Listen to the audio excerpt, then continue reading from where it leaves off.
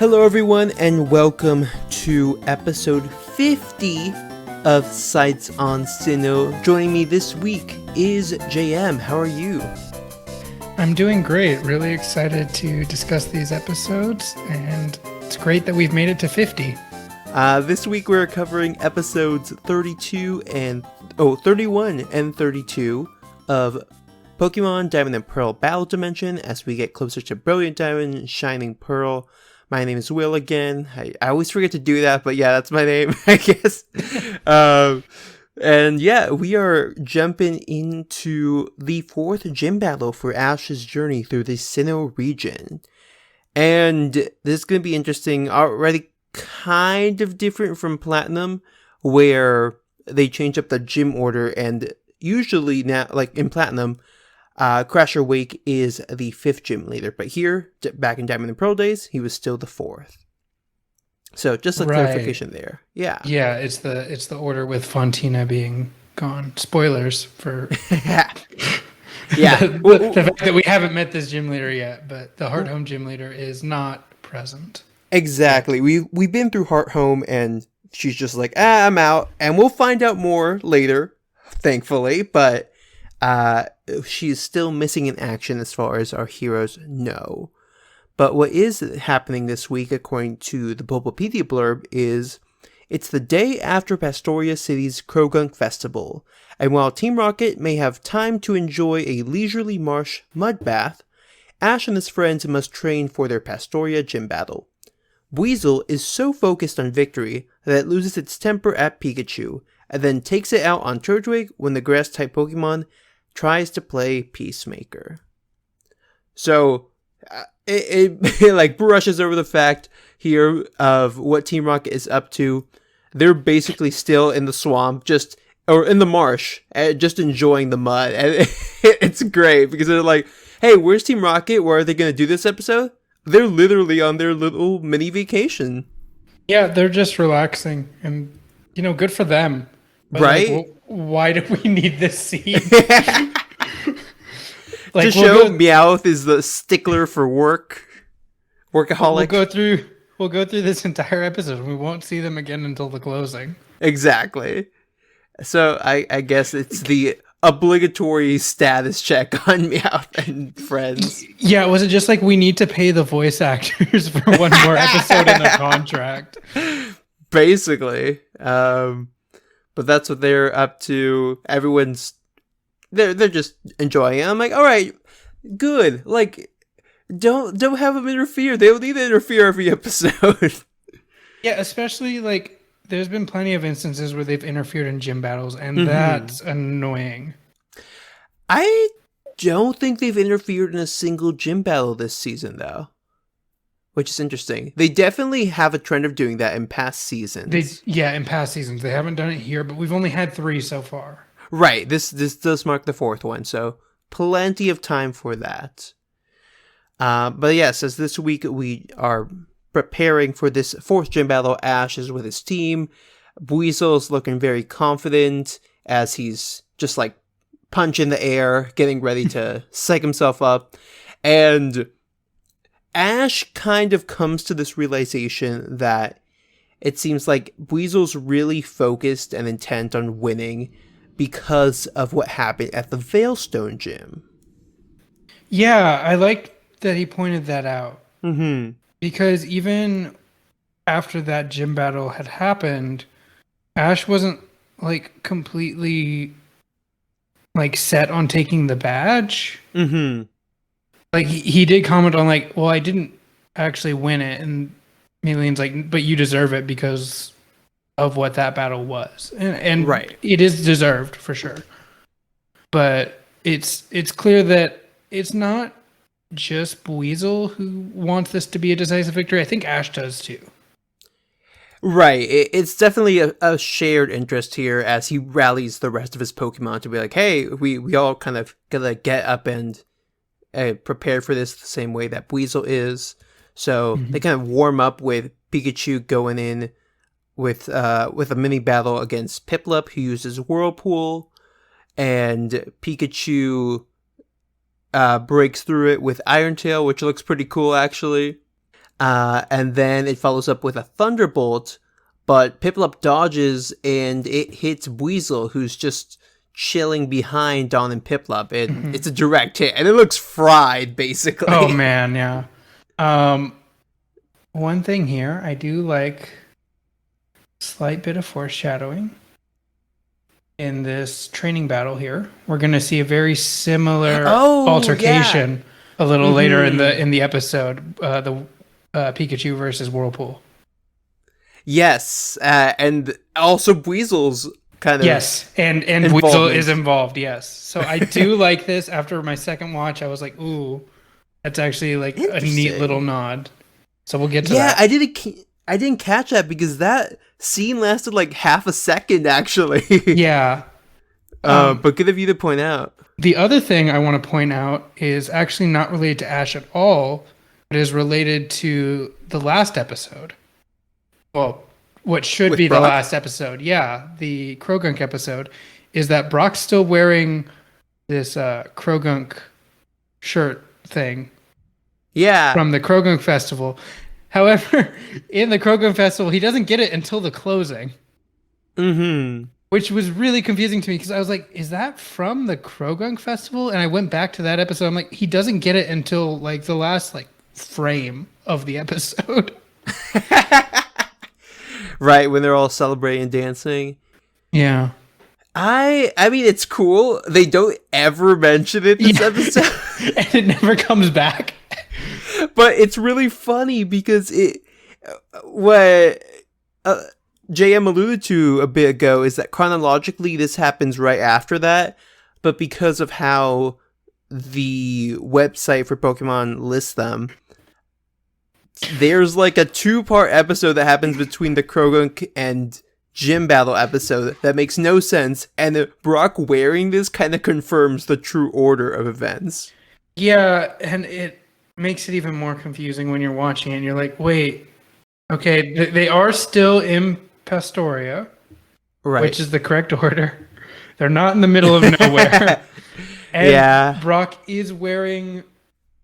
It's just weird that they put more effort into this outfit for the episode after it was relevant. That's what's weird to me. Because it's for the Krogunk Festival, and he doesn't get it until the end of the festival, and then he's wearing it this entire episode, and then it disappears. And I don't think it's ever seen again. Oh, man. Hey, I think I know what happened there.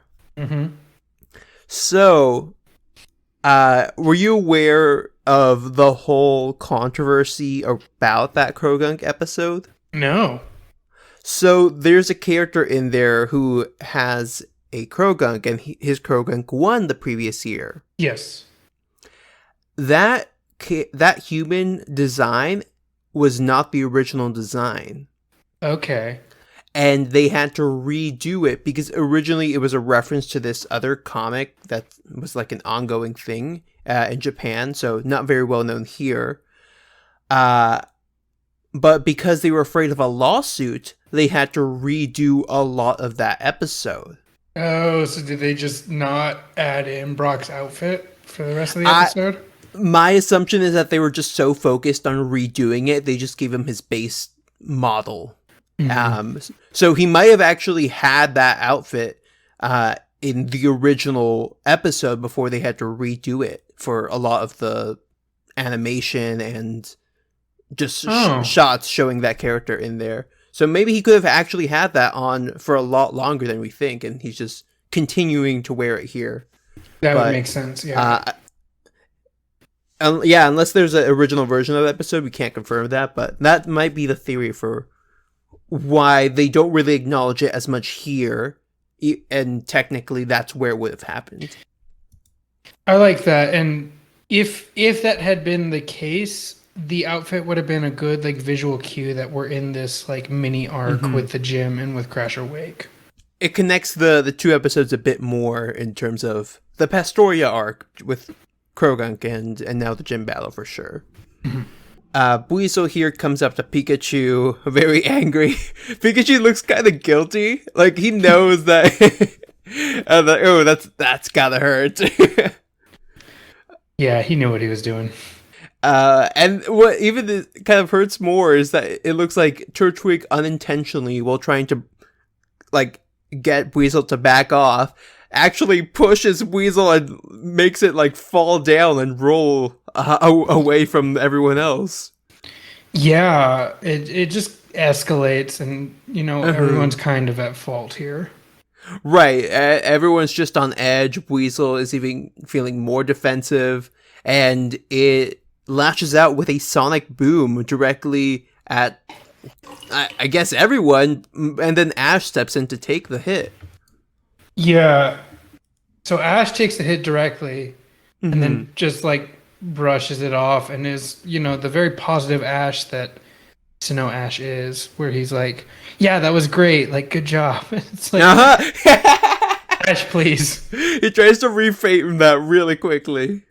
Yeah, and this is something that I feel is like very characteristic of the Sinnoh region Ash, is that he is that like very, like, he usually is upbeat and positive, but like they really hammer in that he tries to reassure his Pokemon with like everything they do. Right, he's all about that positive reinforcement here, and I think that stems from their intention of contrasting him with Paul. Yeah, I definitely agree.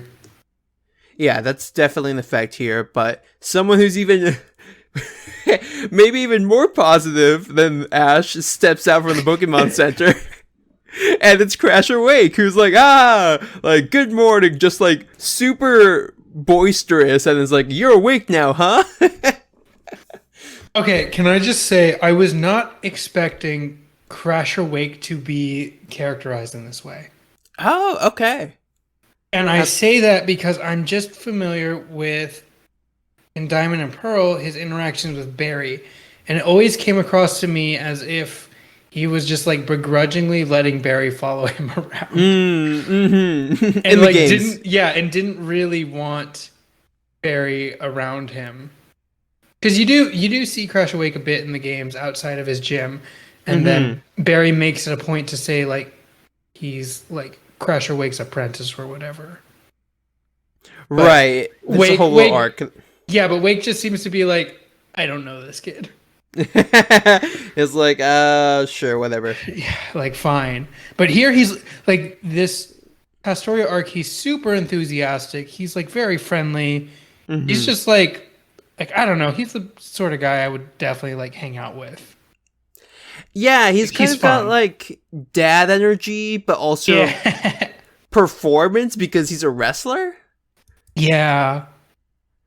I don't know. They don't really talk about him wrestling that much, which I found interesting.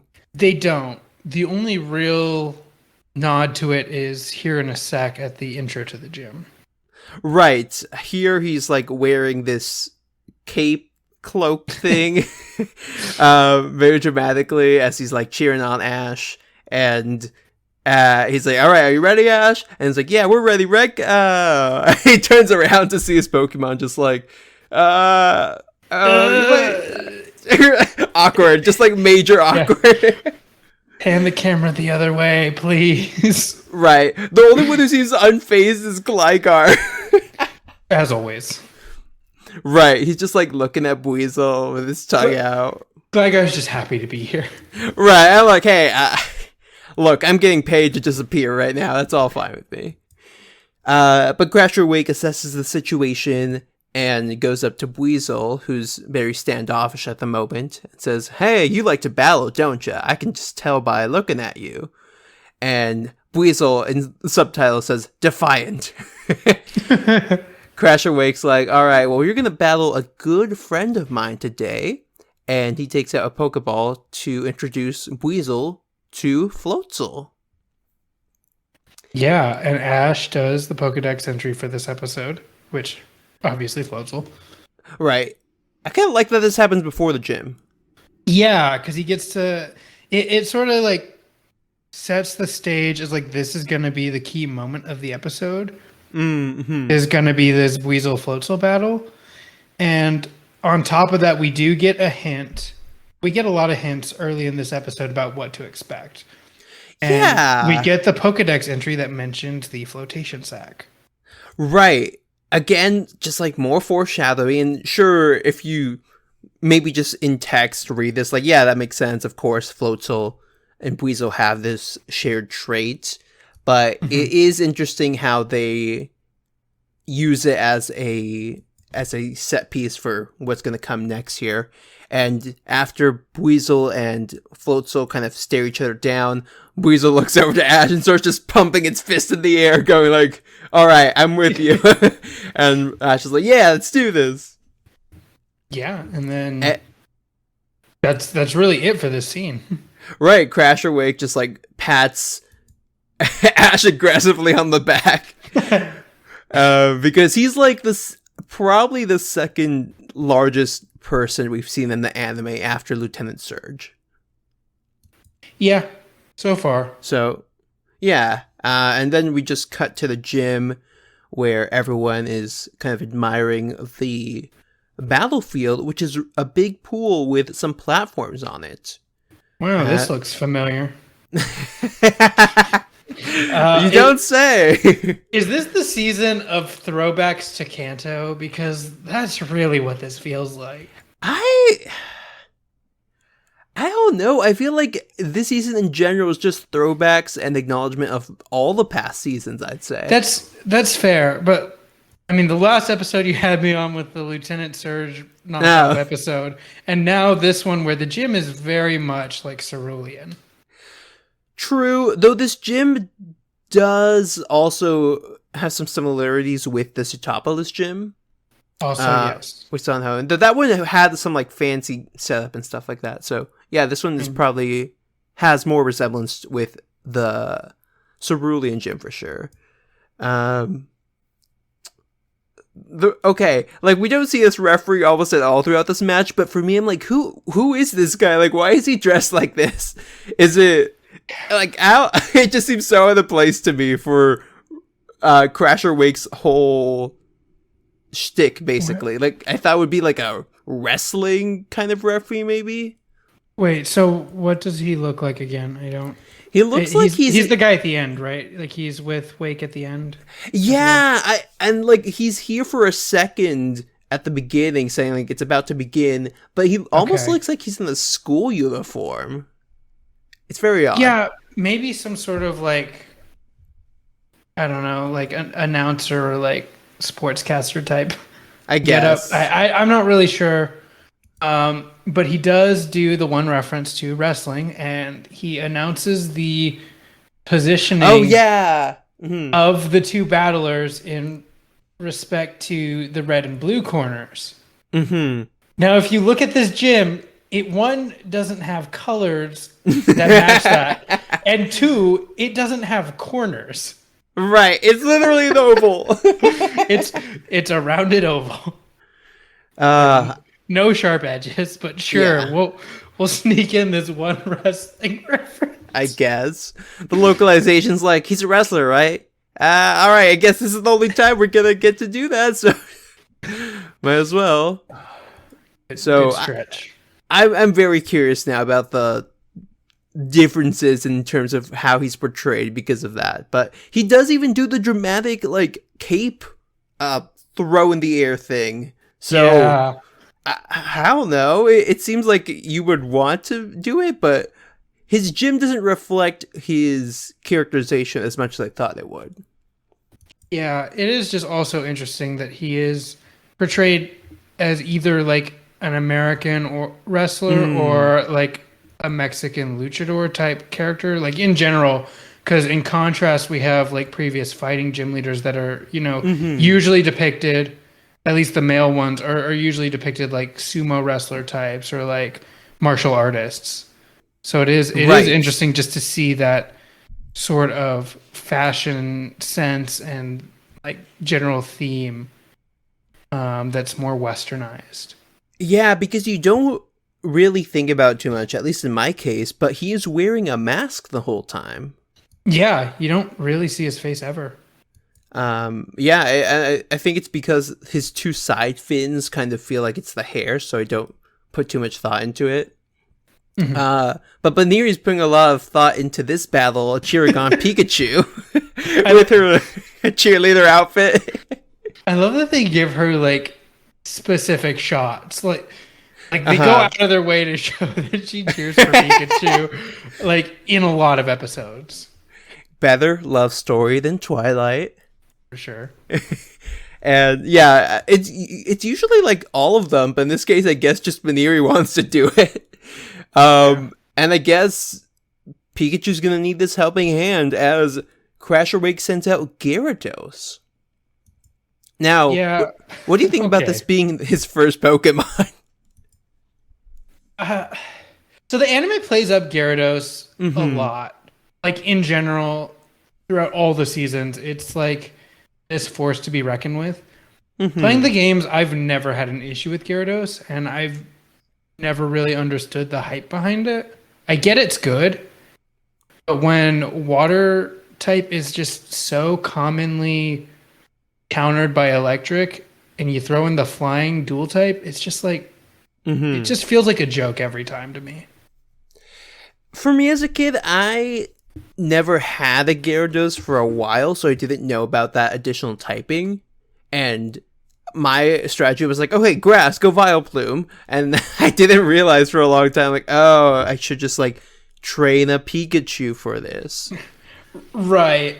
I think too, it's just like a commentary on like my own personal playstyle, because I rarely use grass types. Wait, what? Wait, hold up. I really like rarely use them. I find that they have too many disadvantages, and their move pool isn't like substantial enough in most games to like carry. Sure. So I don't rely on them that much. I usually don't have them on my team. So I guess I just never ran into that problem, because my usual water counter is electric. Got it. Okay. Yeah, I don't know. Maybe I was always just a stickler for having some like dual types as well, because it's like, oh yeah, Vileplume has poison and so on. Yeah. So that could also just be in terms of everyone has their own experience as a trainer in the games. And Ash, like, I guess he just knows, keep Pikachu in, use Thunderbolt. This thing's gonna take major damage. Ash understands type advantages this episode, and it's great. Oh, yes, exactly. That's a big part of his strategy here, which is nice. But Thunderbolt, like, it looks like it's doing a lot of damage to Gyarados, and then it just kind of shakes it off. Yeah, this was weird, because Brock has, like, commentary on this, and it doesn't make sense. He says it must have incredible stamina to tolerate Pikachu's Thunderbolt. What? What does that mean? Does it just like have a high HP or something? Like, just like, did you EV train defense? Like, or special defense? I guess. Yeah. Like, what? It's not super clear for sure. Crasher Wake's just like, Gyarados is trained, I guess, to take on electric types because that's what they would expect. So that's kind of all the explanation we receive as Gyarados dives under and comes up to hit Pikachu with a Dragon Rage, but Pikachu's able to slice through it with Iron Tail, and as it's flying in the air, Gyarados goes in for a bite, but Pikachu dive bombs it with a Volt Tackle to the face. Yeah. So I guess it was special defense. Right. Regular defense was lacking. Exactly. Yeah, they're like, no one's gonna try to hit us in the water with a physical electric move. Yeah. Okay. Maybe, but straight up Okos, like, Gyarados is out. Yeah, it's done. It's like, oh, okay, well that's it. Pikachu. Which again, like yes, this makes sense because it's an electric type against something that's quad weak. But they've played up Gyarados so much in the anime. I'm just like kind of disappointed. In terms of the anime, it is kind of weird how fast Gyarados gets taken down. But as someone who like sees how they do Whirlpool, I'm like, hey, I'm okay with it if they're going to like make Gyarados more realistic here. Sure. But pick my battles here, I guess. Yeah. Crasher Wake takes Gyarados off the field now that's fainted, and Pikachu is just taking some damage from the Volt Tackle, but not really a ton from its opponent. And Crasher Wake sends out Quagsire, who prompts Dawn to check it with the Pokédex, and it says it's dim-witted and it doesn't care when it crashes its head against rocks. Oh. So, or the bottoms of boats. So I don't know. Not a lot of information about Quagsire in that text. Yeah, not as useful as the Floatzel entry.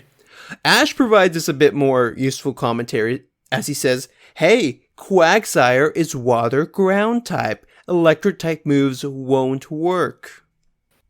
Okay, I do want to say I really enjoy the consistency in this season of Pokemon that Ash has definitely encountered before. That's fair, yeah. And him remembering those details, because like he's never the one to bring out the Dex entry for Pokemon that we've seen before in the anime from previous regions. That's always Dawn. He only does it for Sinnoh Pokemon. And he remembers details from those previous Pokemon like Quagsire. Exactly, yeah. And I really like that. There's like a few exceptions where Ash does bring out the Pokédex for some reason, for ones that we know or like haven't seen in a while. Right. But I do like the consistency there and logic that, yes, he's seen it. Dawn most likely hasn't, so she's going to look it up. And he knows, of course, yes, that electric type moves won't work, so he brings back Pikachu and sends out Turtwig. Yay! The turtle. The like best possible choice for this situation. At least he thinks so. Yeah, I mean, it starts off that way. Exactly. And Wake even acknowledges, saying, "Hey, that's a good strat on your part to send the grass type out against Quagsire." And Ash tries starting off with Energy Ball, which Quagsire barely dodges as it jumps into the pool. And Turtwig's, as you mentioned, the grass turtle, so it can't really jump in the water. It kind of just tries to run across the platforms and then runs across the wall. Okay, I do like that Wake acknowledges its speed, because this is something that like everyone who meets Ash's Turtwig is just shocked to learn that it's fast. Uh-huh. Like they're just like, turtle? No way. There's no way it can be fast. And this thing just straight up sprints all the time. I just love that they do that with Turtwig. Yeah, and I think it's good that they always acknowledge that, because of what happens later with Turtwig. But Crasher Wake does say, "Hey, that's not going to help you here, though." And we see Quagsire's perspective from underwater as it sees the platforms bounce each time Turtwig lands on them. Mm-hmm. So that gives him some of the advantage of predicting where it's going to go. Even though we saw that wall thing, which should throw it off, I guess. But but Wake does explain that it's also its excellent hearing. Yes, that's true. So using all those traits combined, it's able to predict Turtwig's position and hits it with a Sludge Bomb, which is a poison type move. Yeah, so this is neat because it's very clear that Wake knows his disadvantages as a monotype trainer. And as we see both Quagsire and later Floatzel, is he has counters for that. Exactly, yes. He's very ready for this battle. And he knows his coverages also with the Quagsire moves. The only thing is that we don't get to see that much with Gyarados, which is sad. That is a bit unfortunate. But long episode, we need to get to the meaty part of it. Let's just like we set up that whole Floatzel Buizel confrontation. That's clearly where this was going. Exactly. And Quagsire jumps out, showing some more of its type coverage by using Ice Beam on Turtwig, and immediately just shocks Turtwig with that. And it tries to go in for a Sludge Bomb again. Ash recalls Turtwig to its Pokeball. Yeah. I mean, this is just not going well for Turtwig, unfortunately. Yeah, and this is probably like the most prepared I've seen the Quagsire be. Like Ice Beam for flying types and Sludge Bomb for like grass types. Yeah, it's just I really like that detail in terms of its planning. We saw something similar with Rourke in teaching his Cranidos flamethrower for grass types as well. So kudos to him. And yeah, even Brock acknowledges, yeah, it's very clever that he's prepared for this in a variety of ways. Gyarados apparently was just not... we talked about this, sure. But yeah, it's also like, I guess we don't really want to show him off, which is fine. Ash sends out Weasel. Yeah. Yeah, real quick, while you were saying that, I looked up Wake's profile from the games. Yes. It's the exact same team. Perfect. Love to see it. Amazing. Different movesets on Quagsire. Mm-hmm. Slightly different on Floatzel. Okay. And Gyarados has Dragon Rage, and that's really... And Bite. And Bite, that's right. all we really got to see, so can't say for the rest. Cool, okay. But yeah, Quagsire just has normal type and ground moves in the games. I see. Oh, really? No water type moves? Yeah, Mud Bomb, Mud Sport, Slam, and Tail Whip. Interesting. Okay. So definitely kind of boosted him a bit for the anime, which is fine. Buizel is not fine, however, as he turns around and is like start just fighting and arguing with Pikachu, and even Dawn's like, "Oh no." And they're like, you're fighting Quagsire, right? Yeah. I like, wow, Ash really just like focus Buizel. Yeah. Buizel's still irritated but does face its opponent, which it growls at as they are getting ready to face off. And Ash starts off Buizel with a Sonic Boom, and Quagsire just kind of takes it. Like, oh, okay. Yeah, not very effective against this Quagsire, apparently. Right. But then we get to one of the coolest moments of the whole episode. Yeah, oh my gosh, this was such a cool move and combination. Quagsire charges up to use Ice Beam. We see Weasel's face go from like, I know what to do here. And at the same moment, as you see its like face like become confident, it starts spinning its tail. Mm-hmm. And Ash says, we'll grab some of that Ice Beam. Weasel use Aqua Jet. And just charges straight into it. Which, of course, everyone in the audience is like, oh, he's doing the thing. And he uses Ice Aqua Jet. Yeah, this is just such a cool callback. And it just shows like what Ash has learned from diverting from just straight up battling. Yeah, exactly.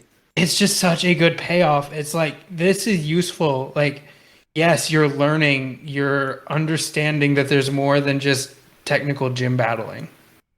Yeah, he's evolving his style. He's got these counters that like you don't think would be useful, but here it is. He can surprise the opponent in ways that like sometimes gym leaders do to counter common strategies that they're faced against. And, like, Ash is pulling that card on them here, which is just so satisfying to see.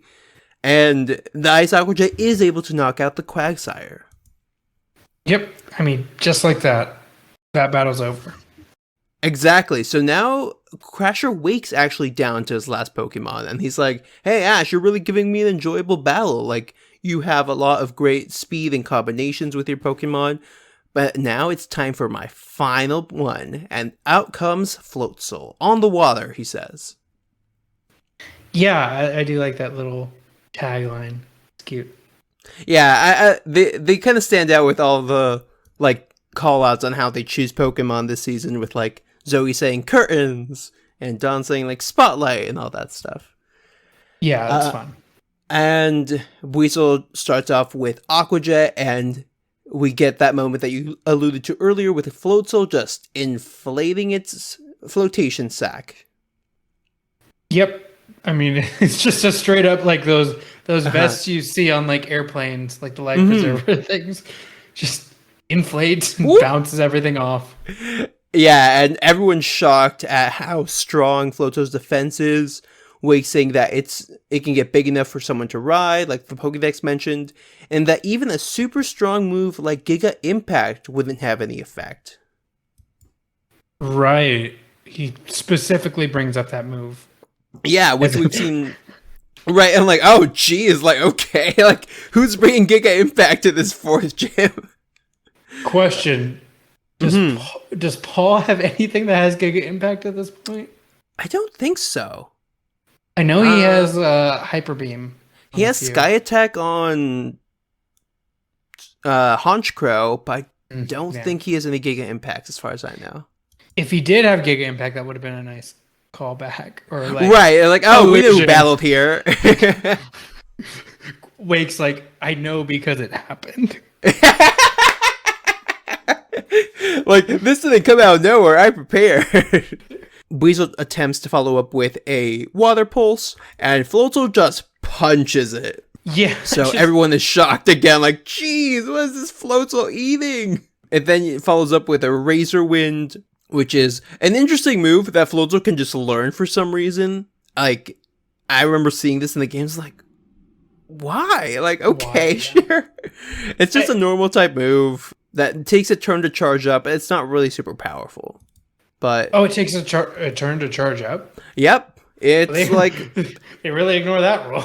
Oh, yeah. Because Floatzel immediately just sends these out, and they're like two blades that basically slice at Weasel and knock it back into the water. Brock's already saying, yeah, this is going to be tough. They're both water types, and Floatzel's the evolved form, so naturally it kind of has an advantage in this case. But Weasel is not giving up, and neither is Ash as they use Water Gun. But Floatzel again deflects it. Weasel charges in, like, just like, I don't know what Weasel's doing. He's just like, like trying to grab Floatzel, I guess. But it dodges it, and then Weasel just falls into the pool again. So Weasel's having a rough time. Yeah, and not Ash. Brock is like really quick to comment throughout this particular battle on like how Weasel and Ash are both just relying on power and not strategy. Which is like, it's interesting because a lot of what happened before this was strategy. Right, and yeah. And then Ash is just like kind of doubling down when it gets rough and is just like, let's just throw stuff and see what happens.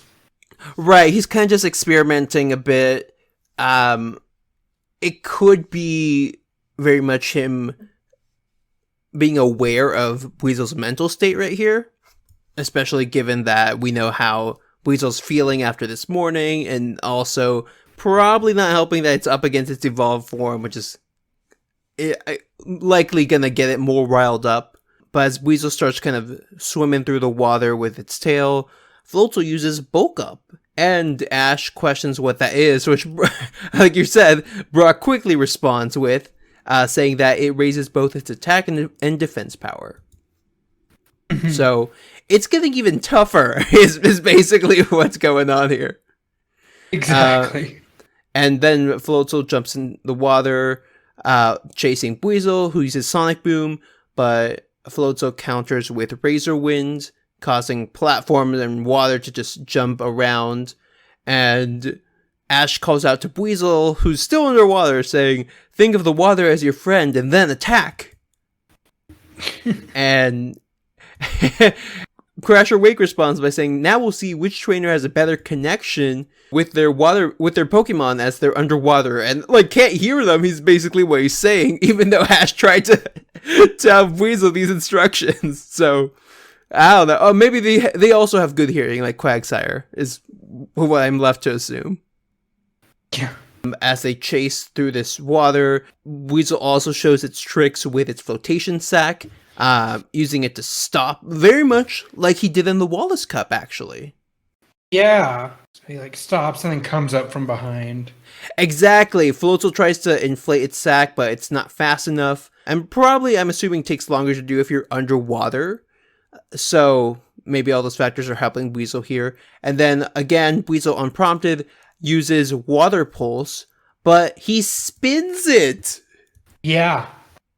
And that basically causes like a whirlpool effect, tossing tossing Floatzel out of the water. So a few things happening here with some experience from the Wallace Cup and also the return of the spin meta. Yeah, just a lot of good callbacks to the techniques that have been learned. I think Crasher Wakes it probably a bit embarrassed here, I'd say.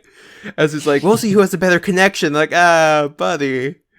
It's not you, Wake. It's not you. Yeah, you might want to check that. And even Don's like, yeah, that's what Ash wanted Weasel to do exactly.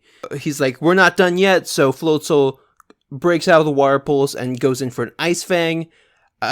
Weasel tries to hit it with Sonic Boom, but it dodges. And we get a cool take on Ice Fang that kind of explains how it might function in the games as well. Yeah, they're like... I know this is like a really weird comparison because not a lot of people would know this, but a taser, when a taser is fired, it's actually prongs that are still connected to the taser gun because the electricity has to flow through them. Right. So it's kind of like that, where they like shoot from Floatzel's mouth and like make contact, and then the ice like flows. It's really like, weird. Right. It's like the temperature drop flows with it is kind of the implication. I thought you were going to say it's like Darkseid's Omega Sanction from DC Comics. Or it's I'm not familiar enough with DC Comics to make that reference. I think the taser's more applicable. But when you said like, not a lot of people know this. Oh, he's going to mention this for some reason. But yeah, it's kind of like a cool extension thing. They do something similar, I guess, with like Leaf Blade sometimes, where part of the body transforms. But this one is a bit more like energy in a sense. Weasel is able to kind of break through with it and use Water Pulse though. And Floatzel, using some reinforcement from its flotation sac, is able to bounce it back at Weasel. And we get to see some of the effects of Water Pulse from the game as well. Yeah, I was unsure of what this was at first because I'm not used to seeing confusion in the anime, and I'm not used to seeing it portrayed as purple eyes. Yeah, we saw a similar animation to this at the Veilstone Gym with Chimchar, I think. Yeah. But yeah, it's a relatively new one, I think, to this season. So I think it's varied a bit in how it's portrayed. But Ash and Pikachu are both shocked as they tell Weasel to kind of get out of the way. But he just turns around and gets hit by Razorwind straight in the back and crashes into Ash. Right. Everyone is like, wait, why did Weasel do that? And Brock explains, yeah, Water Pulse causes people to get confused. It just kind of sucks. Like, if I'm Weasel, I feel bad right now because I got my own move hit back at me and the secondary effect also hit me. Yeah, like, man, taking so many L's there. Right? Like, it's not a great day for Weasel so far. But Ash actually doesn't call it back to its Pokeball. Did you notice that moment? Yeah, he just calls it back for a short rest, but doesn't bring it back to the ball. Now, in the games, if you withdraw a Pokemon that's confused, it will recover from it. Yeah, and what's interesting is he did that at the Veilstone Gym with Chimchar and Staravia. That's weird. Yeah, they both got confused by Meditite, and he deliberately called them back to have that effect wear off, but in this case, I guess he's like kind of worried for Weasel in a way and doesn't want to call it back. So just kind of has Weasel like resting next to him as Pikachu actually switches in for it. I mean, it's definitely for the plot because it needs to be out for what happens next. But exactly, yeah. But it's a weird choice on Ash's part. Maybe just because like Weasel like flew at Ash, so like. What's the word? It's not physically, but like it's just so impactful. I guess Ash is like, I'm just gonna let Weasel out over here for a second.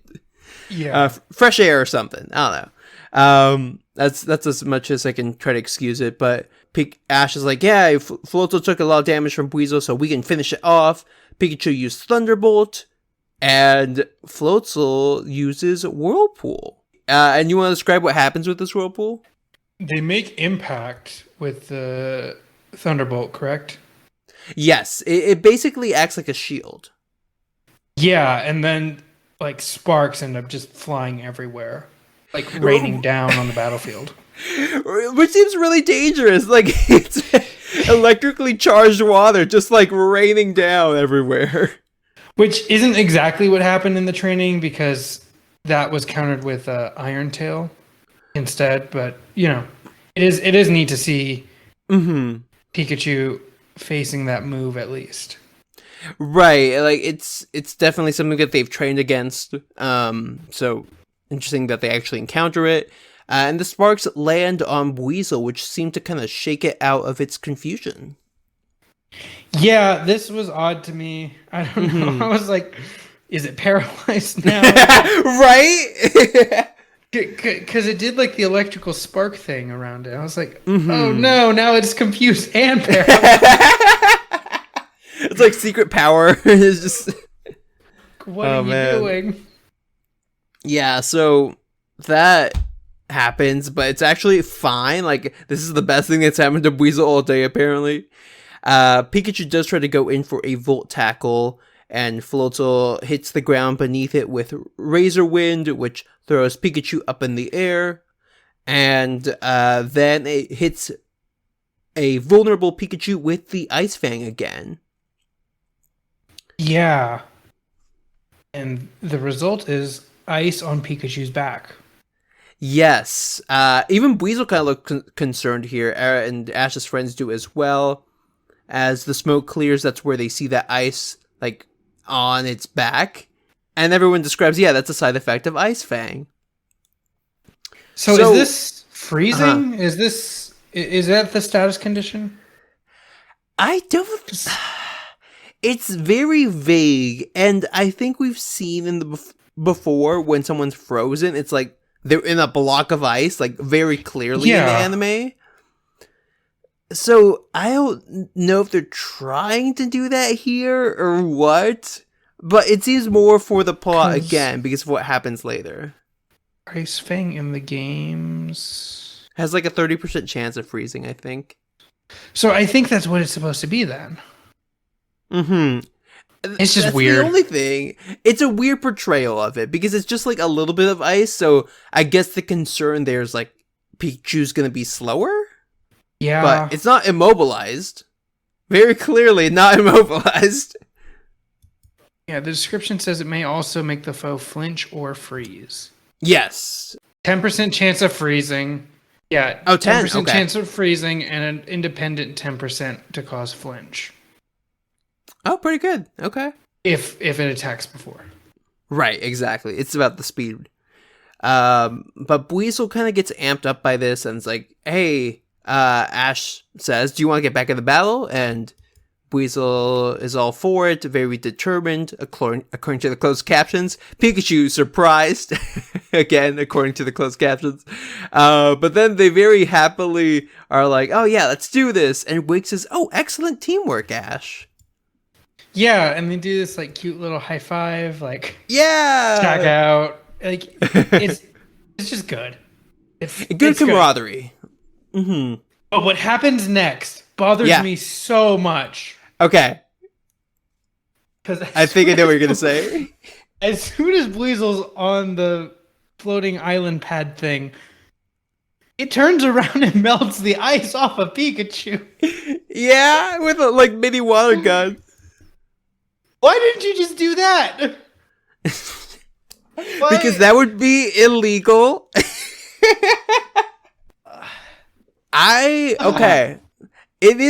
It's weird. For me, I'm like, is that like a disqualification for Ash or something? That like his Pokemon helped each other in this weird way? I mean, it wasn't ever said that he couldn't do that. Right, but like, let's say Pikachu was frozen and he had like Chimchar. Like, if he's like tells Chimchar to unfreeze one of his Pokemon. Like, is that like not allowed? Like, over the referee say, eh. Yeah, and then like in that case, is it also only valid because Pikachu was withdrawing? Yeah. Like, it's just like, why did you need to do that? It's like, a weird... I get it shows that like Weasel has like made up with Pikachu and is like helping him out now, but also it just logically doesn't make sense, because if you could have done that, then why can't you just do that and let Pikachu finish the battle? Right. And maybe just Pikachu's also taking a bunch of damage. That's fair. Ash kind of alludes to that a bit as well. And I think Ash knows in some place that it's going to be better for Weasel's mentality if he takes down the Floatzel, because he needs a self-esteem boost after today. That's fair. Oh. Getting an earthquake. Hold up. Like, actually? Yeah. Oh, shoot. You good? Yeah. Wait, it's still going. These are things I don't have to deal with in Texas. Hey, at least I don't want to jinx it. I was going to say my power. Oh, boy. Okay, I think it's over. Interesting. Okay. Okay, I think it's over. Alright, I'll look up what that was later. So Wake's like, true friendship between Pokemon. So he is okay. I'll discuss this later, but I kind of enjoy this episode more now than maybe when I watched it originally, because of what we see Wake's role here in terms of Ash's development. Yeah. But before we get there, the battle continues between Weasel and Floatzel, with Wake like egging him on. I don't know, whatever that works there. And Weasel goes in with an Aqua Jet, and Wake's like, "Hey, you can't do that, remember?" Because it has its flotation sag, but it doesn't do that. Instead, it uses Ice Fang. Yeah, and then immediately after Razor Wind. Right. So I was like, didn't you learn from Ice Beam though on Weasel's Aqua Jet? Yeah. Or do you think he was not even thinking about that? I don't know what he was thinking there. It seemed a little weird, but yeah, as you said, he follows up with Razor Wind. It kind of does the thing where it hits the spot in front of Weasel, very much like how he stopped the Volt Tackle. Everyone in the audience is also like, oh, that's the same move as before. Floatzel, however, jumps up into the air, I guess trying to counter Weasel's potential escape. But Weasel actually seems to go underwater. Yeah, it like uses the like smoke or whatever to hide itself, and then jumps out. Noticed. Right. Yeah. It uses that as its cover, and then jumps out with a great expression on its face. Oh man. And then pulls a Lucario, hitting, just like placing the water pulse directly on Floatzel's chest, and it sparks with energy and blows it away. Yep. Easy win. Did that even come to mind for you, the like potential Lucario reference? I just thought it was just a straight up like Street Fighter. Like a Dragon Ball, like Hadouken or something. Yeah, something along those lines. It makes sense for it to be a Lucario-esque thing. Yeah, Lucario kind of did something similar with Force Palm. That's why I was like, oh, it did. Yes. Weasel try to emulate that or something. But yeah, that's it for the battle, and Ash is then like chilling with his Pokemon. Turtwig like kind of tackles him happily. And we cut to the outside of the gym where Pikachu and Weasel officially kind of make up their spat, I guess. Yeah, it's just, tie up the loose ends, like, woohoo, the battle's over. Wake comes out, gives the badge, Yeah, just all the typical stuff. Wake gives Ash a lot of praise for how his Pokemon work together. and awards him with the Fen Badge, which is the 4th one, making Ash's journey to the Sinnoh League now half of the way there. Yeah, wow, 4 gyms. Yeah, after 50 episodes of this podcast, we are 4 gyms in. Narrator kind of closes everything off, and that's it for this episode. So this was called... Yeah? There was Team Rocket. Oh! Okay. So... the most important part of the episode. Of course, how could I forget? The sun was setting, and then we cut to a moon coming out over the Pastoria city, and Team Rocket still chilling in the marsh with Wobbuffet like putting some mud on Jessie's face to like cleanse her or whatever. Good for them. Yeah, and Meowth decided to relax apparently. So that's what happened to Team Rocket this episode. Very chill time. Which contrasts so drastically between the previous episode and the next episode for them. Yeah. We'll get there. So, what are your thoughts on a crasher course in power? I liked it. I really did. I'll give it a 7. I thought it was a good battle. I loved all the payoff we've gotten from Ash's growth. Yes. I think it's all like it was a very well earned gym win. My biggest issues with it were that they just kind of skipped over Gyarados, just to move it just move the battle along, which like I get. And then there just seemed to be a few logic skips near the end of that Floatzel battle that just like, did that really make sense? Like on both sides of the battle. I was like, was that really the move you should have done? Like, Weasel, why are you unfreezing Pikachu?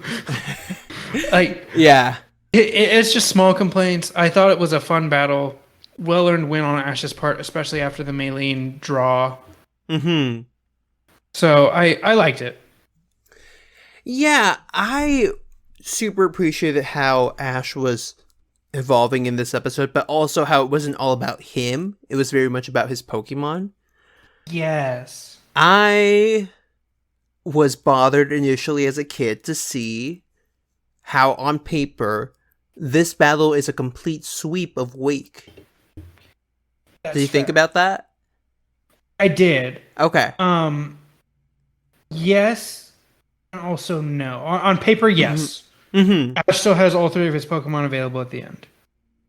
But they're also like all status conditioned and or like not doing great. Exactly. It wasn't as one-sided as Maylene versus Paul. Yeah, and that's what I was thinking of when we were in the middle of this discussion is, when you mentioned that Wake was down to his last Pokemon, I almost said, at least Ash isn't just sweeping.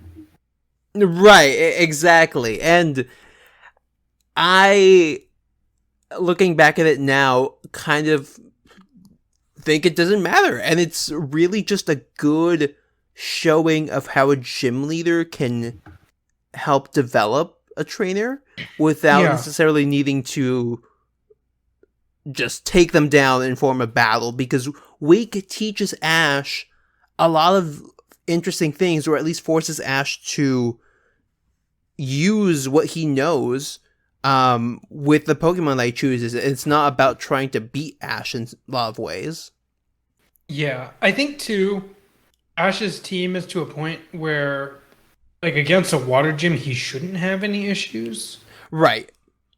Like, you saw who was in the audience, right? Ash's Pokemon were there too, so he didn't even try to hide, which is kind of cool. Yeah, I mean, it was pretty clear who he was going to bring in. He decided on Pikachu and Turtwig before the Wallace Cup even. Right. Yeah, that's when he said, like, oh, I still need to figure out who my third is going to be. Yeah, and that's sort of what the Wallace Cup did, was make that decision clear. But also, so water in particular just shouldn't be an issue for Ash. Right. And yet, it still was. It not to the extent of, say, the Maylene battle where it ended up in a draw, or the first Rourke where he got wiped. Mm-hmm. But it does show this is probably as challenging as they could make a water gym for Ash without it feeling cheap.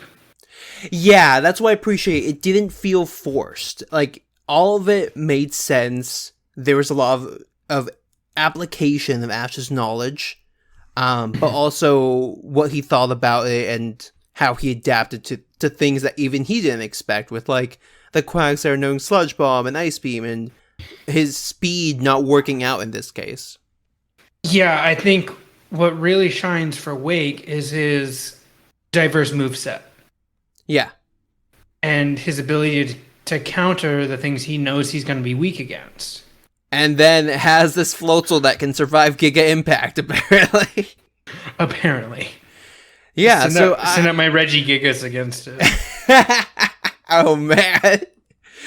But yeah, it's a really solid episode. I think it could be one of the more underrated gym battles that Ash has, actually.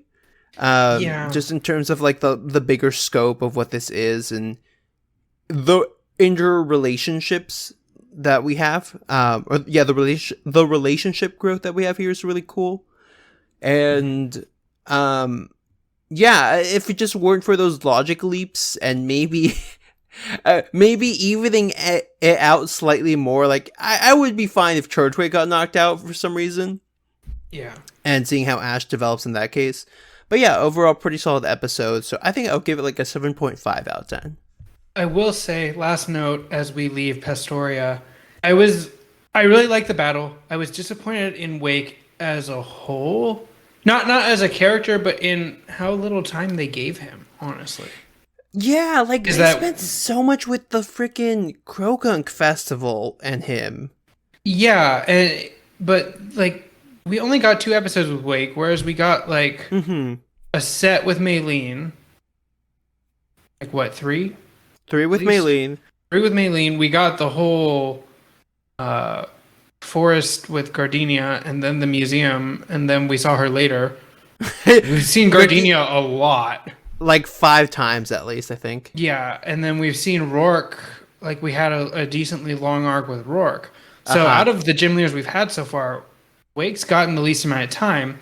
And the only reason I bring that up is because he gets some of the most time in the games. Yeah, that is true. Is because we see him outside of his gym and in other cities. Right, he's a traveling kind of man. Do you remember how many episodes Rourke got? Was it 3? 4? 4. 4. 4 whole episodes, like, with Rourke as the main thing.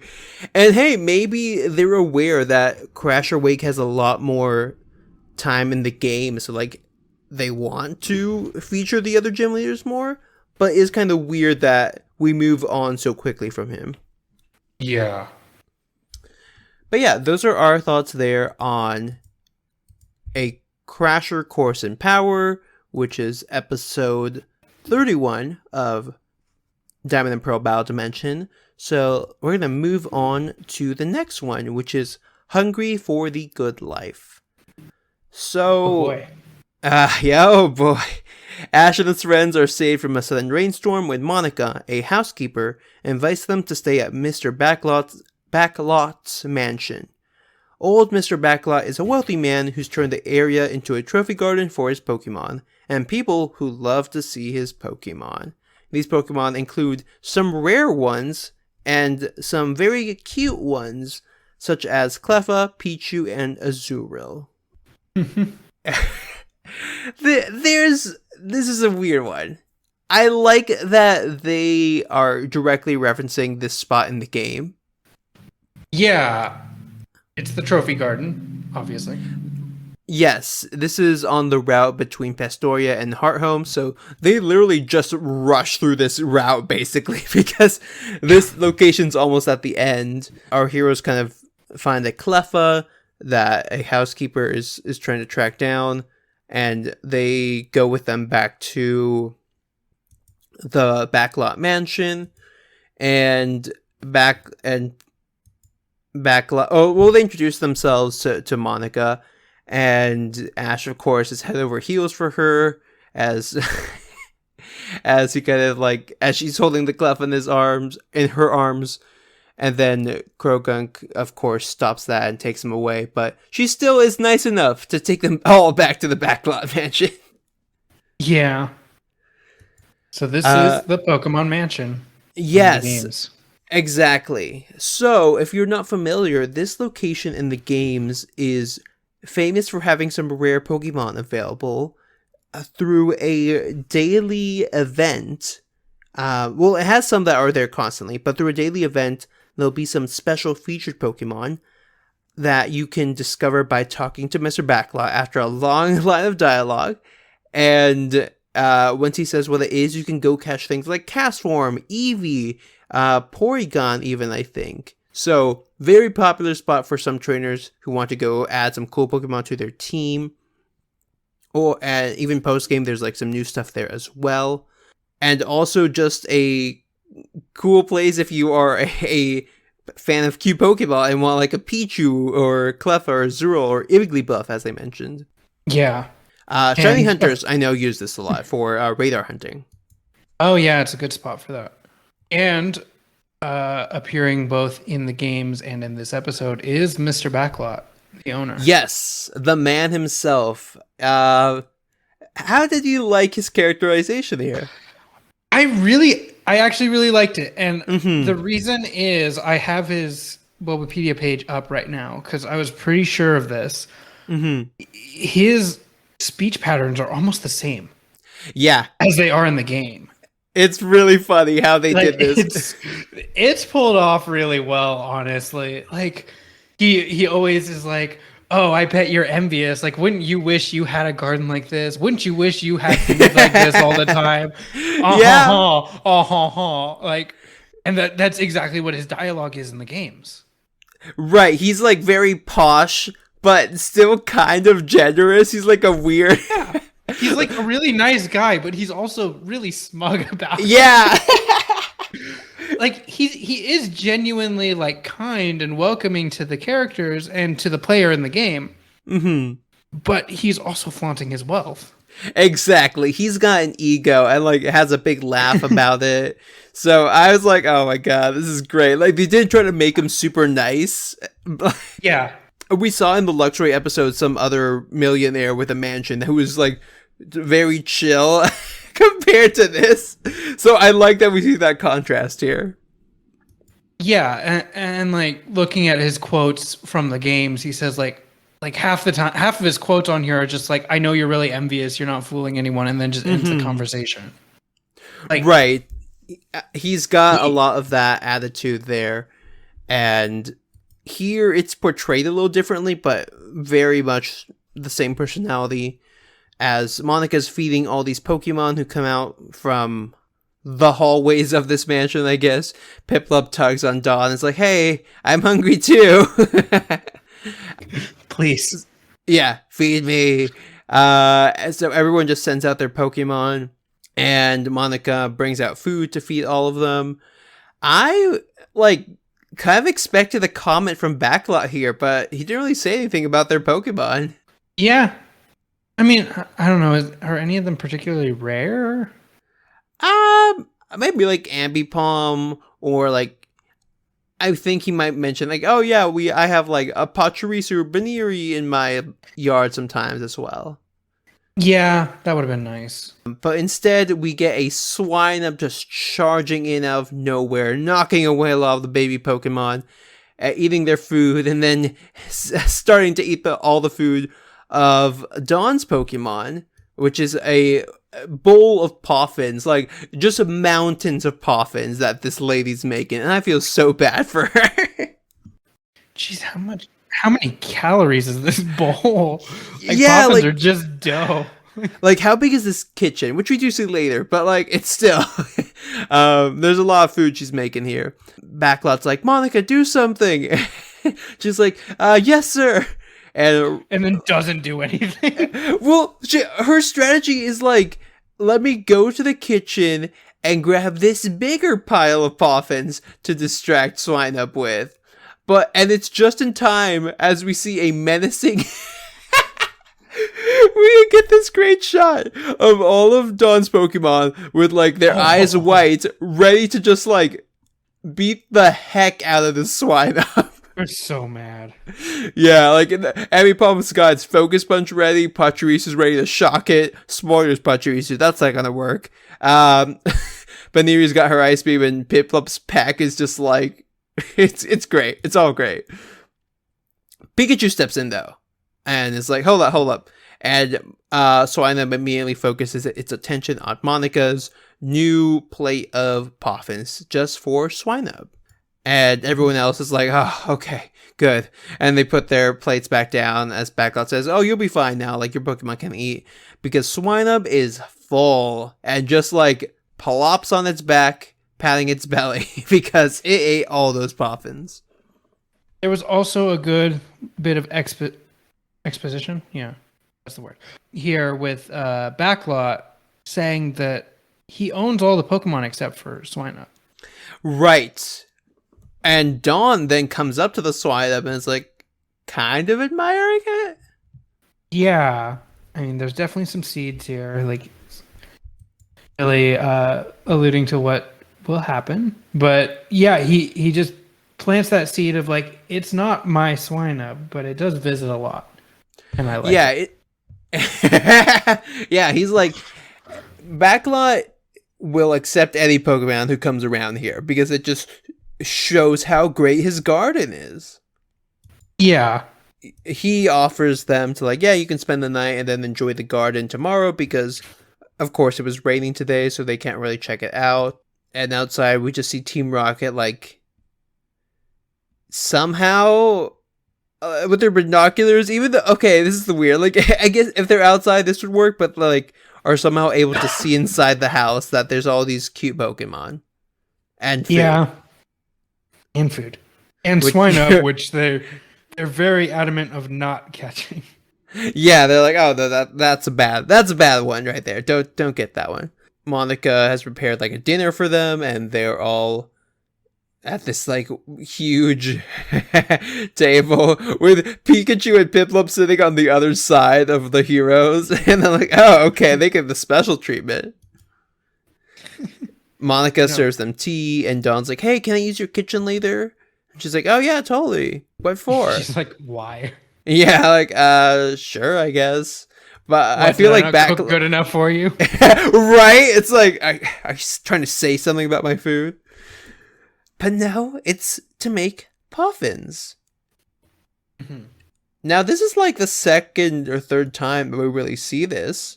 I don't know why they're just, like, not letting Monica do this for them.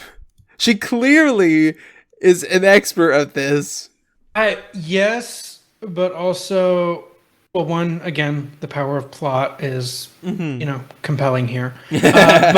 But two, I think it's hammered in that it's like Dawn's particular recipe that she wants to make. Yes, that's true. And that's what she wants. I'm sure Monica's Poffins are great, but I don't think there's, like, the specific ones that... I mean, of course, Dawn let her Pokemon eat them earlier, but I don't think they're the ones that she wants them to be eating all the time, you know? Yeah, and that part felt weird to me. I wish that Monica's Poffins were, like, a different color. Yeah, because they looked exactly the same, and it was just like, okay. Cool. Yeah, there's, like, no visual difference where I feel like there could be.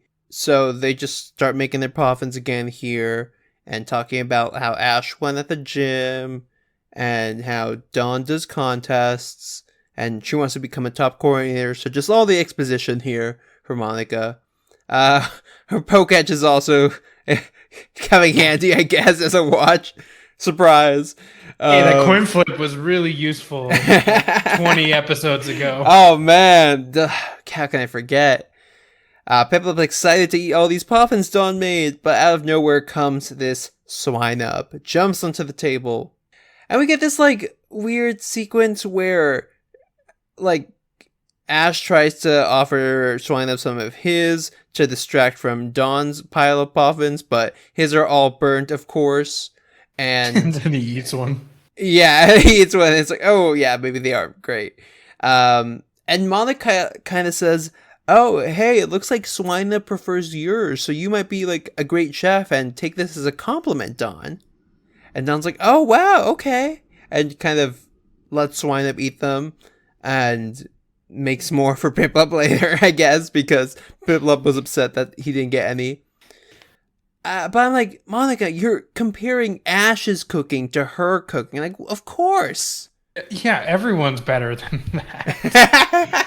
and what makes it weird is that Dawn specifically says that Brock's even better than her, which one hadn't been established, and two, like, okay, well then why isn't Swineup going after Brock's? Right, like, make that the choice, like, that it sniffs both of them and it goes for Dawn's. Like, that would have been really neat. But once again, Brock's just kind of here for the ride and the comic relief. Yeah, and only swoons for Monica 2 times this episode, which I was like, oh, they're really limiting him. Like, why even do it? Like, if you're not gonna like keep it consistent, right? But anyway, we get to the next day as everyone's chilling in the garden. Cleffa is getting some help from Turtwig and Ambipom to get some apples from the tree. We get this cute moment of Pikachu and Pachirisu playing tag with the Pichu. Piplup and Weasel are giving Igglybuff like a water ride with Water Gun and Bumblebee, which is cute. Staravia's flying with an Azumarill, right? Yeah, I love that. Azumarill That's a good one. It's just like having the time Azumarill. of its life. Yeah. And then like Sudowoodo and Happiny are just chilling in the grass, taking a nap. But yeah, I love Azumarill, so it's great seeing it there. Oh, we get a great Krogunk moment too. Krogunk. Yeah, I was about to say, we get Krogunk just straight up acting like the Greek hero Narcissus. Just staring at his own reflection in the water for hours, and everyone's looking at him like, what is he doing? Right, like the Pikachu, Clef, and Igglybuff are like, oh my god, what's going on over there? Like, they're just like rumoring. Oh man. And he's completely yeah, just enamored looking at himself. Basically, yeah. So a lot of little fun dynamics here. Backlot, Brock, and Ash are here enjoying everything that's going on. And you're like, hey, where's Dawn?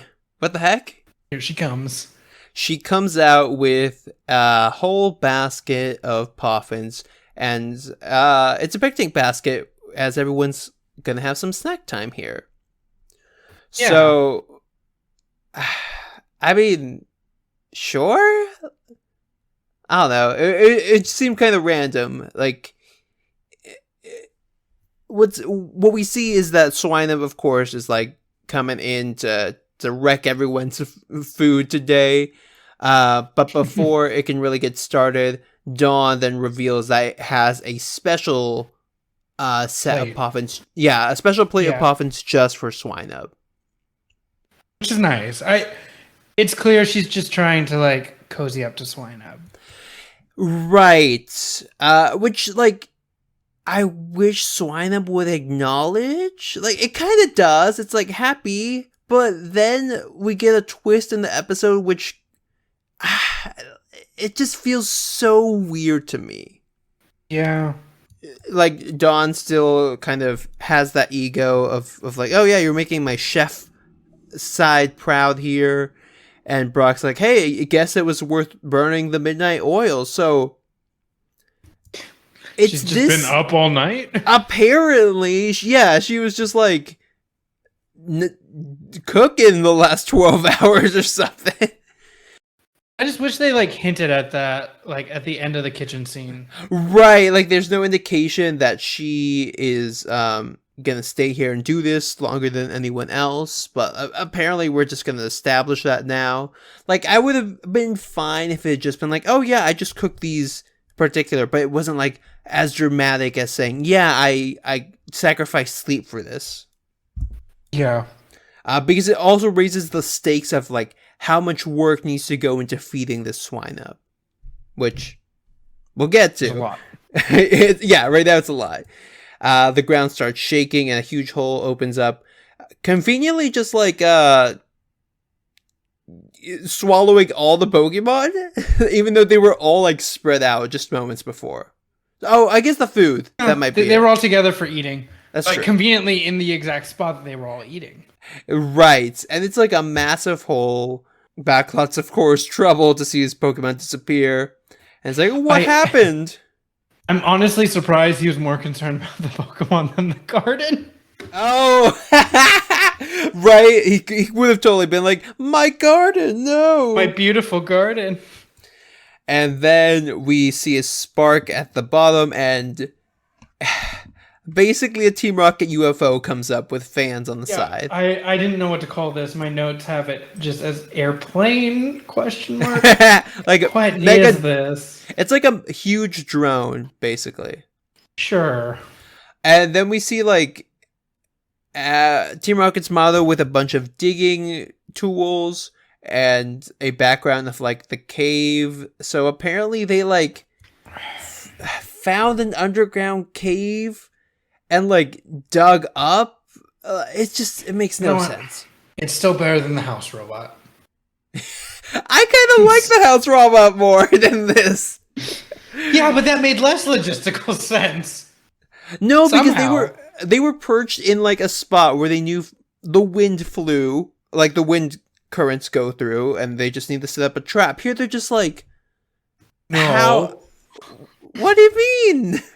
No, they had to dig an entire foundation under the house for their robot. Right, okay. Yeah, it makes sense until there, until they reveal there's a robot in there. True. Yeah, they say their motto here. Their attention is completely like removed from Team Rocket, and it goes to Monica, who says like, all our food has mysteriously disappeared. Yep. Mysterious. Very mysterious. Right, very mysterious, and like Monica doesn't even look at Team Rocket while she says all this. So I wonder who could have taken it. Definitely not the thieves. Yeah, Backlot's like, what, why, who? And Team Rocket's is like, yeah, that was us too. By the way. But yeah, like, oh yeah, we did that as well somehow. Like, we somehow like broke in, grabbed your food, and then went down to set this trap, even though like Dawn and Monica just came over from there. So I don't know what Monica's doing here. They're like, give us our Pokemon back. Team Rocket says no, and try to like take off and leave with all their Pokemon just kind of like banging on the glass. So Dawn and Ash jump onto it and start climbing up. Yeah. What did you think about this sequence? It makes sense. Mm-hmm. It's like it's consistent with their characters, and like at this point in their journey, I mean Ash especially is just so done with Team Rocket. He's just gonna like end it now when they can. But Ash is actually kind of out of luck here and falls off the craft. So now it's just Dawn on there. That actually, like, I get why, mm-hmm. but also at the same time, we just established that Dawn's the one who's tired. And like, right. If anyone should have fallen off of that, it would have been Dawn. Like, why did Ash fall? Yeah, which further other than plot. Exactly. It further undermines, like, why even describe her as being up all night for this thing? But she and why have Ash jump in the first place if he's just going to fall immediately? Yeah, I guess it's as you said, it's characteristic of them, but like it seems like a flimsy thing to show if you're just going to have him fall off. I do think it does kind of raise the stakes for Dawn. Yeah. Like, she goes in thinking it's going to be her and Ash. Mm-hmm. And then it ends up, it's just her. Which, like, that does kind of make it a little more interesting. It's down to Dawn, basically. As you said, that's, like, where the stakes are. And they're all, like, checking if Ash is okay. But Ash says, yeah, but we gotta save those Pokemon. Classic. You don't even mention Dawn. Also classic. But in the most positive light I can take this, it's that Dawn doesn't need rescuing, is what he's thinking. Right. So I'll give that the biggest credit I can think of there. Yeah, sure. But we'll see. We'll see. They're like flying away in this drone thing, and Dawn is now in this like, okay, this room is like magic basically, because what happens, she's inside the ship basically, and this glass dome, which is a lot smaller now, is covering these Pokemon, and she's like, don't worry, I'll get you out, as everyone's kind of panicking inside. Convenient lever. She finds this convenient lever. Convenient lever. That, like, it would be bad enough. It's like, this lever's just here, and it, like, raises the glass or something. It literally just sparkles away and makes the glass evaporate. I'm like, what the heck is happening here? Like, how does Team Rocket afford this? Right, like this they is just magic. Stole the food. Like, I don't know. Like, Team Rocket, I don't know what's going on here. But she like goes over to comfort everyone, see if they're okay. Swinub immediately is distracted by food and uses takedown on the wall to charge through the other side, where apparently in a whole separate room is where they're keeping the food that they stole. Yep. And Swinub starts eating it. Yay. Yeah, of course. Classic. She's like, some things never change.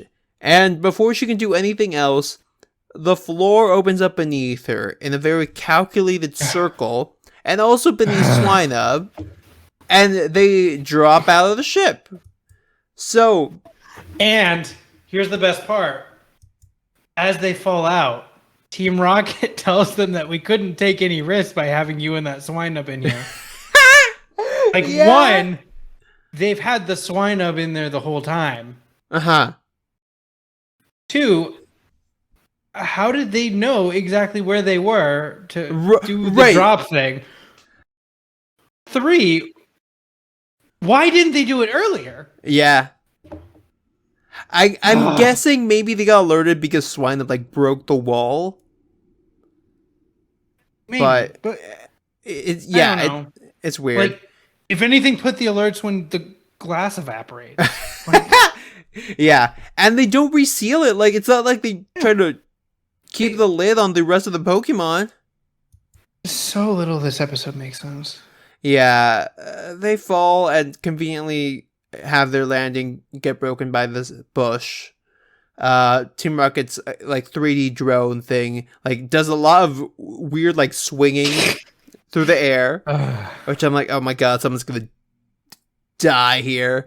And now it's just Swinub and Dawn looking for these Pokemon. Well, mostly just Dawn, because Swinub is looking for food, of course. Yeah, and Dawn gets her hopes up several times that Swinub is like listening to her and understanding her, and no, just Swinub's just hungry. Yeah. So Dawn does try to convince Swinub to like look for the other Pokemon, and like thinks that Swinub understands what she says at some point, but Swinub instead uses takedown on a tree to like make some apples come down.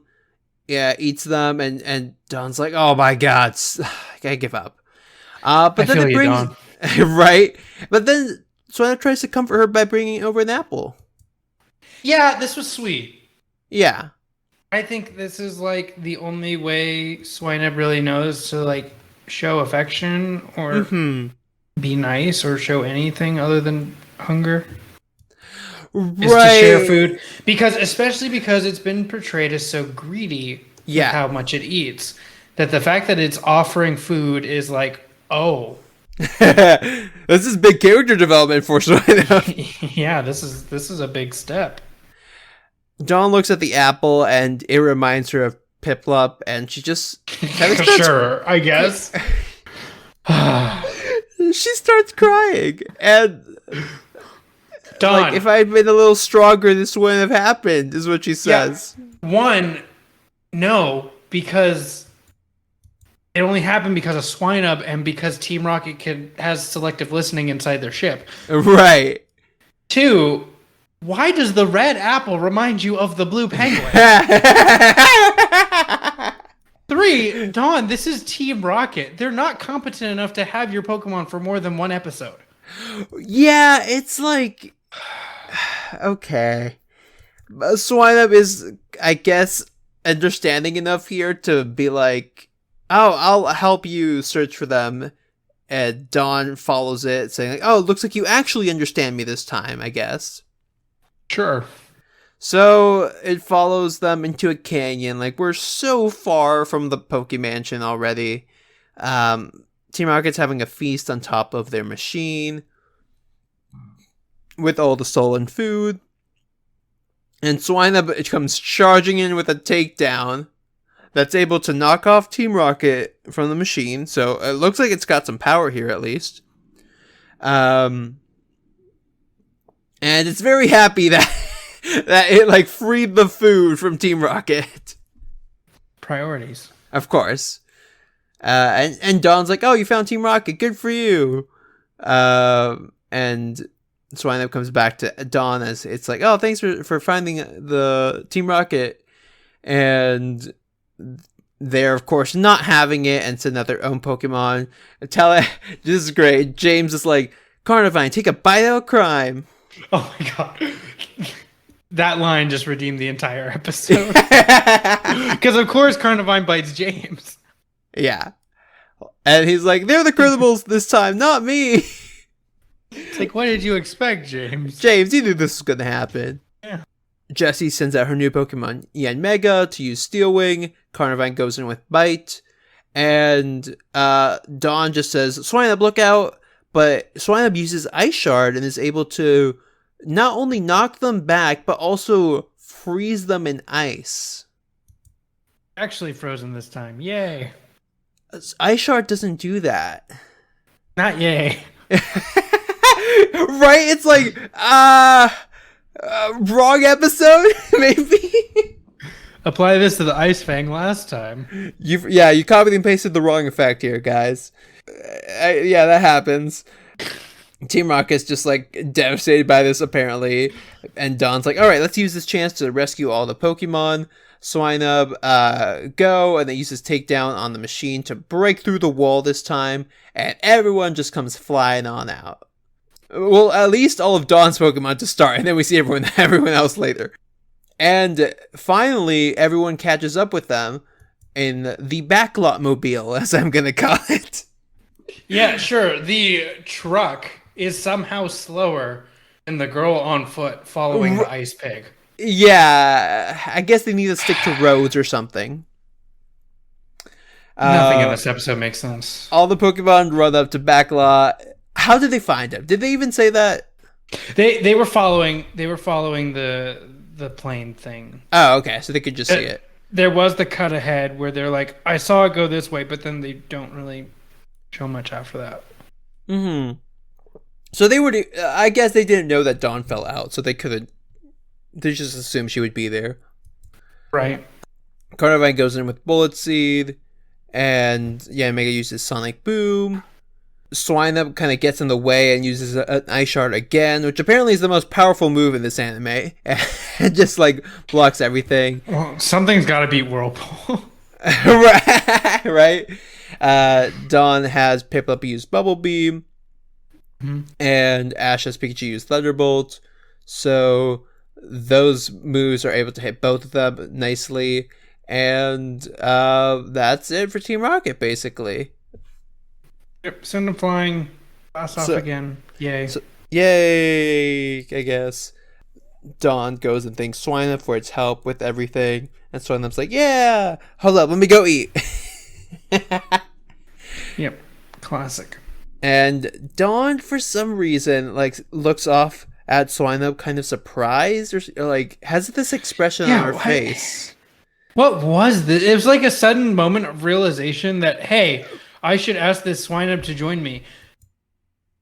I thought that was your whole plan. Yeah, like...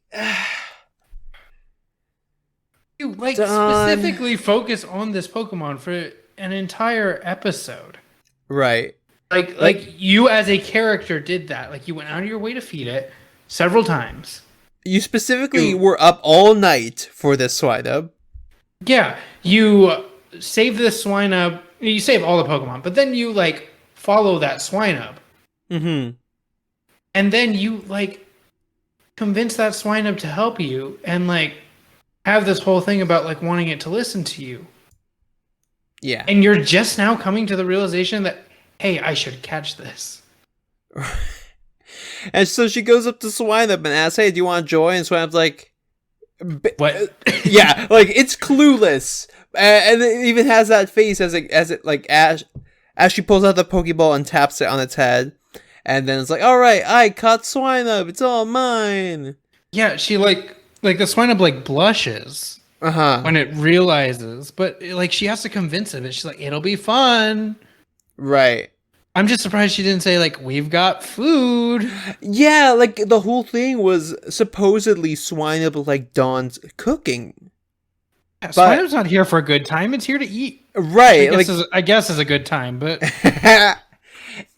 yeah, it's just weird that it doesn't come up again. That this is specifically why it's interested in Dawn. Like this is a one-way relationship right now.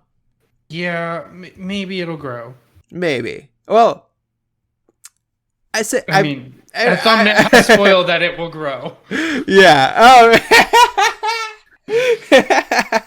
Yeah. A thumbnail on Pokemon TV has spoiled that this relationship will grow. Hey, it's better. Okay, at least they're not doing what they did for the final season of Sinnoh, which is show Meowth and Wobbuffet on the thumbnail, which I'm like, okay, this tells me nothing about this season.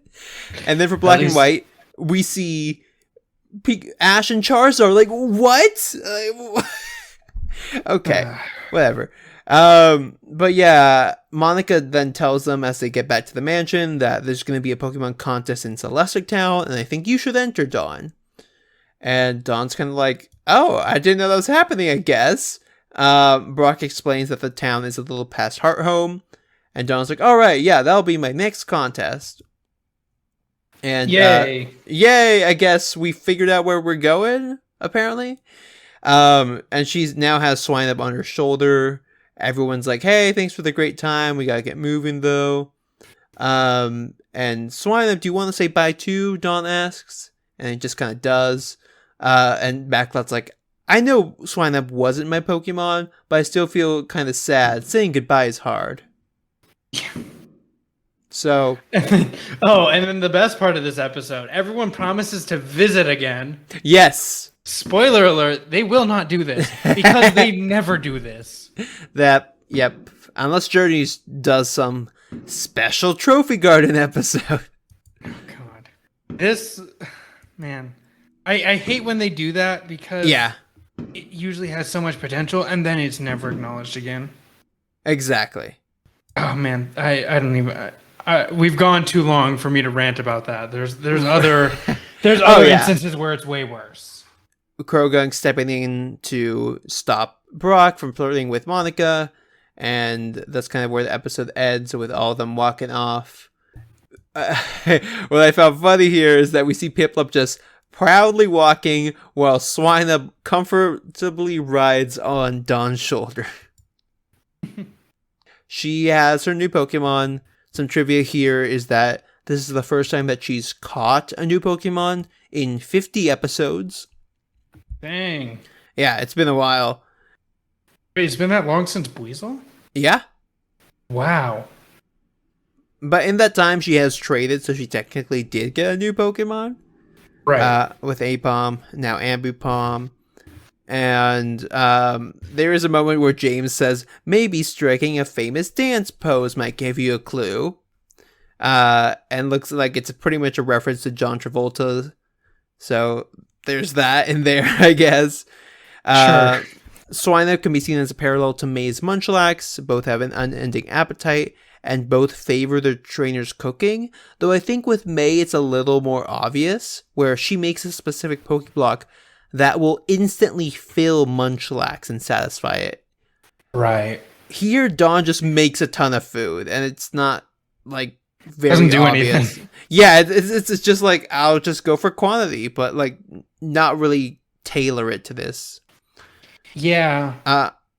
This is the first capture we see on Dawn's part that doesn't involve battling the Pokemon, not including Ambipom, who was traded. And the black hole which suddenly appears underneath Dawn's feet may be inspired by Alice in Wonderland. That one might be a stretch. Okay, sure, trivia section. So yeah, what did you think about Hungry for the Good Life, episode 32 of Battle Dimension? Man, it started so strong. Mm-hmm. I had high hopes. Like, they did the trophy garden right. Mm-hmm. It was just everything after that was a mess. It's nothing made sense. So much inconsistency throughout it. You just didn't need Team Rocket. Like, again, you don't need Team Rocket all the time. Yeah, so for people to get a sense of when we're recording this, Master Journeys Part 4 just came out last week. So it's been out about a week now. On Netflix for America. And I was watching all of that. And of those 12 episodes, maybe 3 feature Team Rocket. And oh my goodness, it was so refreshing.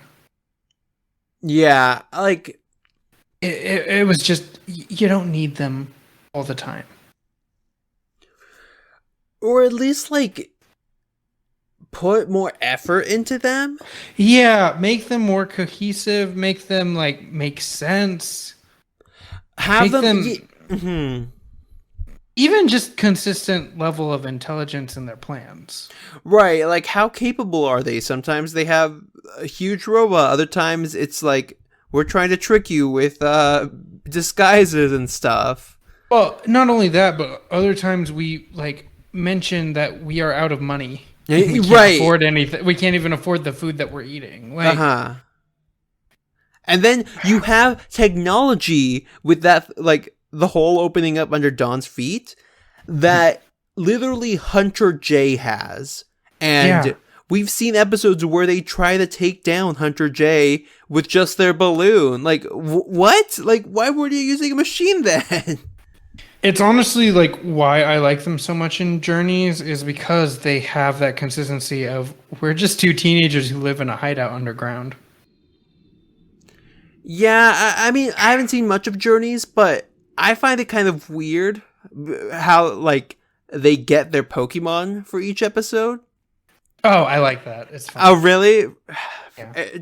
To me, it's just kind of weird building off of all this history that's come before and their relationship to like the bigger Team Rocket organization, but I don't know. That's more of my preference, I guess, with continuity stuff. But yeah, speaking of this episode, what would you rate Hungry for the Good Life? Man, like a 3, I guess. It had potential. Yeah, it fell apart pretty quickly. I mainly just like Backlot. I like Swinub. It's just, I don't know. Underdeveloped maybe at this point. I'm not super excited for it. I like Swinub. And I'm excited to see where it goes, I guess. I don't like where Swinub is right now. Right. Pokemon character. I do like that they're putting effort not only into showing the new Sinnoh Pokemon, like the new Sinnoh Evo lines, but they're also showing older Pokemon that got new Evos in this generation. Right, we're acknowledging the roots. We've got an Ambipom. Like, I mean, I could have called that from a mile away as soon as Apom hopped on the ship to come over. If that's where that was going. We got Yanmega. We've got Gliscor. Sudowoodo. Sudowoodo. Well, Bonsai, I guess. Right. Happiny. And now we're probably going to get the Swinub line. Like, I like how they do that. And they're focusing on not just the completely new Pokemon, but giving older ones time to shine, which is, the whole point of giving them new evolutions. Right. It's kind of justifying, like, why are these Pokemon back, and to show people, hey, you might be familiar, but they're a little new this time around. Especially when contrasted with this other Pokemon appearances that we've had, like Stantler and Paul's Ursaring, both encountered in Sinnoh, even though they don't exist in Sinnoh in Diamond and Pearl. But both clearly hints about Heart Gold and Soul Silver coming along. Definitely. But those two got spotlights, even though they weren't relevant. They didn't. Yeah. Now we have a Sinnoh-related evolution of Stantler. But we didn't 10, 15 years, however long ago this was. Right. That's funny. Yeah. Hey, and they were also clearly predicting the Berserk Ursaring that was gonna try to kill you in clearly Arceus. Yeah, I think I'd give this like a 4.5. It's just a weird episode that frustrates me. Again, like we haven't had a strong like new Pokemon joining the team episode, I think, since Gligar, I want to say. Yeah. So we'll see how that goes from here. Hopefully they'll just get to develop moving forward. But yeah, I mean, the teams are pretty fleshed out too. Like we're nearing the like tipping point in terms of both Dawn and Ash's teams. There's not too much room left. Exactly. Like Ash has 5. With Pikachu, Turtwig, Weasel, Chimchar, Staravia, Gligar. Oh no, he's got 6. Oh, he's got a full 6, yeah. And Dawn has 5 now with Swinub. Yeah, Piplup, Pachirisu, Swinub, Baneri, and Gamblepalm. Yep. And Brock has 2. 3. How dare you forget Hafidi? Clearly his ace battler. I forgot Krogunk. Oh, what? Oh, man. He had the spotlight this episode. He didn't do anything. I feel like he'd be really effective in Team Rocket Ship, actually. Anyway. Yeah, that kind of does it for today. So, question of the week. Would you be in favor of taking a mud bath if you had the opportunity? Yeah. I feel like it could be relaxing. Yeah, me too. I feel like a spa would be nice, but like something like that would be really unique. Like, given the choice of battling Crash or Wake or relaxing in the marsh in a mud bath, I'd probably choose the mud bath. Hey, Crash or Wake might join you in the mud bath. Fair. He seems like that dude. He's like, yeah, let's do it, even if you don't ask him for it. Sure. But yeah, same here. I went to like some of the hot spring places in Japan, but I was like, oh, this would be cool to do too after seeing it. Yeah. But yeah, that wraps up this episode of Sights on Sinnoh. Next time, what do we have next time? Oh yeah, next time we've got an evolution, so stick around for that. And I'm assuming that's the return to Heart Home. Almost. Okay. It's actually gonna be a bit. Well, it's a weird set coming up, and we'll see why. But yeah, if you're looking forward to that and seeing what happens there, Dawn gets some spotlight as we return to Heart Home. But if you want to catch up with any past episodes of Sights on Sinnoh, you can go through, check out our playlist down below, and see what else we have here with all our rotating co-hosts. This week we have JM, and if people want to find you on Twitter, where can they do that? Yeah, I'm on Twitter as TurtleGuy512. And I'm there as Will Be Teasing, so stick around for any updates about the show as well. You can watch Pokemon TV on your Switch, your mobile device, and on your computer, so feel free to check that out. Kind of nice to just have an extra place to do it on your Switch, which now you can do with your wireless Bluetooth headphones. So there you go. Yes, what we've all been waiting for. Somehow Nintendo finally got it together. I've been Will. I've been JM. And we will see you in Sinnoh. Have a good one.